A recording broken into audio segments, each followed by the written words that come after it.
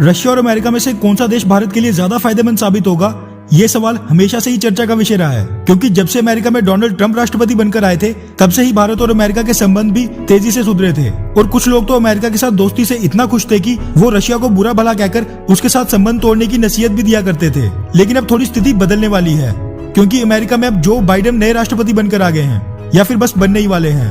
और उनके राष्ट्रपति पद की शपथ लेते ही भारत और अमेरिका के रिश्तों में बदलाव जरूर आएंगे। कुछ लोगों का मानना है कि राष्ट्रपति चाहे जो भी हो, अमेरिका और भारत के रिश्ते और भी ज्यादा मजबूत होंगे, मगर ऐसा बिल्कुल नहीं है। हर कोई पीएम या फिर प्रेसिडेंट अपना पदभार संभालने के बाद फॉरेन पॉलिसी में कोई ना कोई बदलाव तो जरूर करता है, फिर चाहे वो बदलाव छोटा हो या फिर बड़ा। हाँ, बेशर्ते सरकारें देश के अंदर अंदरूनी भ्रष्टाचार करने में व्यस्त ना हो। डोनाल्ड ट्रंप एक बिजनेसमैन थे और यही कारण है कि भारत एक अच्छी ट्रेड डील उनके शासन में कभी भी साइन नहीं कर पाया। वैसे ही जो बाइडेन ने बेशक चुनावी रैली और भाषणों में भारत की कितनी भी तारीफ की हो, लेकिन जो उनका भारत, मोदी जी और मोदी सरकार के प्रति रवैया है, वो शायद ही बदले। और जब भी वो भारत का नाम सुनेंगे तो उनको हजारों भारतीयों के सामने हाउडी मोदी कार्यक्रम में मोदी जी का डायलॉग अब की बार ट्रंप सरकार तो हमेशा ही याद रहेगा। दोनों ही सुपर पावर देश आपस में कट्टर दुश्मन हैं, लेकिन फिलहाल भारत के रिश्ते रशिया और अमेरिका दोनों के साथ काफी अच्छे हैं और भविष्य में भी रहेंगे, क्योंकि न्यू दिल्ली में बैठी सरकार अंतर्राष्ट्रीय कूटनीति के मामले में काफी आगे है, जिसने दोनों ही दो बड़े दुश्मनों को अपने साथ अपने पीछे खड़ा करके रखा है।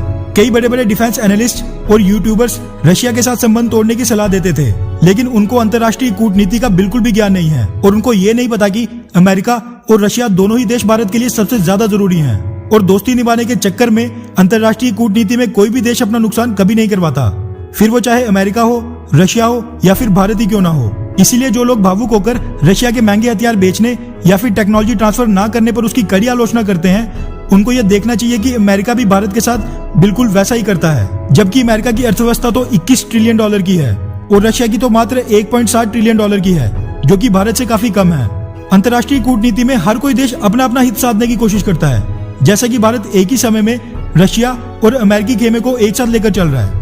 वीडियो रिकॉर्ड करते वक्त जो बाइडेन अमेरिकी प्रेसिडेंट बनने की कगार पर खड़े हैं, जो कि भारत के लिए अच्छी खबर नहीं है, क्योंकि वो कई बार भारत और मोदी सरकार की आलोचना के साथ साथ पाकिस्तान की सैन्य मदद भी कर चुके हैं। जो बाइडेन भारत के सिटीजनशिप अमेंडमेंट बिल एनआरसी और आर्टिकल 370 को तोड़ने पर भारत की तीखी आलोचना करते आए हैं। और ओबामा प्रशासन में अपने उपराष्ट्रपति रहते हुए उन्होंने भारत के लाखों मना करने पर भी पाकिस्तान को सालाना 7.5 बिलियन डॉलर की मदद जारी रखी थी। और ठीक ऐसा ही रवैया रहा है उपराष्ट्रपति उम्मीदवार कमला हैरिस का भी। वहीं रशिया को भी इस समय अमेरिका और पश्चिमी देशों के प्रतिबंधों के कारण आर्थिक सहायता और बड़े निवेश की कड़ी जरूरत है, जो उसको भारत से नहीं चाइना से मिलेगी। ऐसे में भारत को फिलहाल अपनी विदेश नीति को ऐसे ही जारी रखना चाहिए और अपनी अर्थव्यवस्था पर ध्यान देना चाहिए, क्योंकि सैन्य शक्ति होने से बड़ी अर्थव्यवस्था कभी नहीं बना जा सकता, पर बड़ी अर्थव्यवस्था बन जाने से बड़ी सैन्य शक्ति बना जा सकता है, जिसका सबसे बड़ा उदाहरण है रशिया और चाइना। और सच्ची दोस्ती का तो तभी पता चलता है जब संकट सामने आता है, जैसे 1971 के भारत पाकिस्तान युद्ध के समय अमेरिका अपनी 7वीं फ्लीट लेकर भारत पर हमला करने आ गया था। बाकी तो आप लोग भी समझदार हैं और आप नीचे कमेंट करके बताएं कि भारत को किसके साथ जाना चाहिए, अमेरिका या रशिया, या फिर बिल्कुल न्यूट्रल रहना चाहिए।